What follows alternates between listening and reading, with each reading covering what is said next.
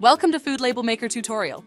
In this video, we'll guide you through the process of creating a recipe using an existing specification sheet or nutritional facts. By the end of this video, you'll be able to add custom ingredients and build your own recipe with ease. Let's get started. First, let's create a new custom ingredient. In the main menu, go to the Custom Ingredients section. This is where you can add your own ingredients, complete with names, categories, and nutritional information. Here you'll fill in the ingredient name. Let's call it cookies.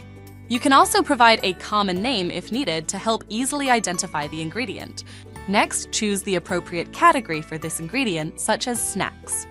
For the nutritional information, you have two options. You can either enter it manually by filling out each nutritional field, such as calories, protein, fats, and sugars, or you can use the AI Spec sheet feature, which automatically fills in the data for you based on existing industry standards or uploaded spec sheets. Once all the nutritional information is entered, make sure to double-check the data and then click Save. Now that our custom ingredient is saved, it's time to create a new recipe. Head over to the Recipes section and select Add New Recipe to begin. Next, you'll add the ingredient to the recipe. In the search bar, type cookies, the custom ingredient we just created, and select it from the list. Then, enter the amount you need for the recipe. For example, let's say we're using 50 grams of cookies in this recipe.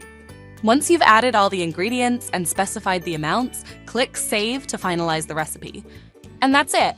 You've successfully created a recipe using a custom ingredient with an existing spec sheet or nutritional facts.